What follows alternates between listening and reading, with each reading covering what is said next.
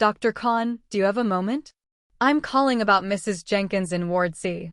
She's been admitted with community-acquired pneumonia, and we've been managing her oxygen saturations with nasal prongs. Her chest physiotherapy is ongoing, and she's tolerating oral fluids well. However, over the last hour, her saturations have dropped from 94% to 88% on 4 liters of oxygen. Her respiratory rate has also climbed from 22 to 30 breaths per minute, and she's using accessory muscles. She's looking quite distressed now, and her cough is becoming less effective, more of a weak, wet sound. That's a significant deterioration, Mihira. Is there any stridor or wheezing? Any changes in her level of consciousness? No stridor or wheezing, Dr. Khan. She's fully alert and oriented, but she's clearly working hard to breathe. The drop in oxygen saturation and the increased work of breathing are my main concerns. I'm wondering if we should consider escalating her oxygen delivery to a non-rebreather mask or perhaps even a high-flow nasal cannula. I've already prepared the non-rebreather. Good thinking, Mihira. Given the rapid decline in saturations and the evident respiratory distress, a non-rebreather mask is definitely indicated. I'll be right there to assess her and review the chest X-ray.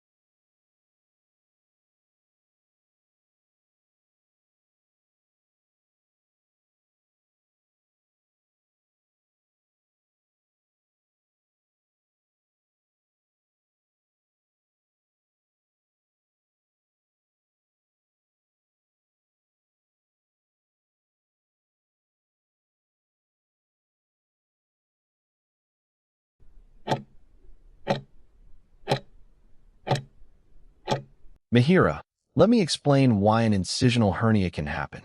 After any abdominal surgery, like your hernia repair last year, the incision site creates a natural weakness in the abdominal wall. This happens because the muscles and tissues in that area are cut and stitched back together during surgery. As they heal, the area may not regain its full strength, especially if there are additional factors that put pressure on the wound. One of the main reasons for an incisional hernia is the strain on the abdominal wall. For example, lifting heavy objects, sudden movements, or even excessive coughing can increase pressure inside the abdomen, pushing against the weakened area. This can cause the tissue or organs to bulge through the weak spot, leading to a hernia. Other contributing factors include infections at the surgical site, which can slow down healing and weaken the tissues further. Medical conditions like diabetes, obesity, or malnutrition can also affect how well your body heals after surgery. Smoking is another factor, as it reduces blood flow to the tissues, making it harder for them to repair properly. It's important to remember that an incisional hernia is not your fault.